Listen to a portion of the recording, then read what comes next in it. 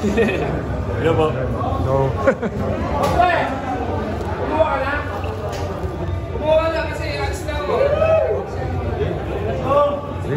Mike, kumusta? First game sa TNT?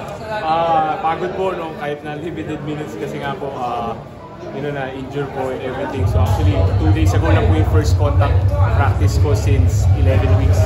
So hinahabol ko pa po yung game rhythm ko. No? So, pero masaya po at kahit pa paano po, nabigyan po ng chance and sana po na maganda naman po yung nakadala ko sa game kanina. Nung na-made aware ka na posibleng mapunta ka sa TNT, ano yung unang reaction mo yun na doon? Sobrang grateful no kasi po inabsorb po ako nila Coach John, nila Boss MVP ni Ricky and ni Boss Jonas po and yun naman po, ako naman po ano yung gusto nila Coach John, yun po yung gagawin ko and gagawin ko lang po lahat para po maging positive po ko sa court sa TNT. Ayun po yung contending for a championship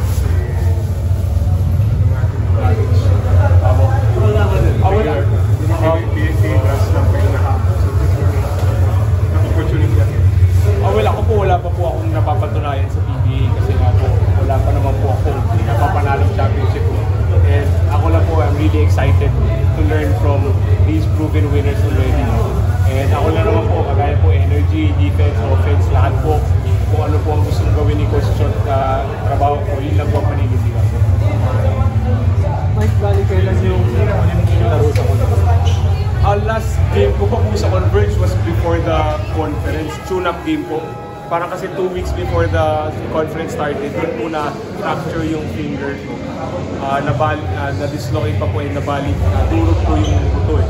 Kaya po, 2 weeks before the conference po yun, so hindi po ako talaga nakapaglaro na po this conference sa Converge.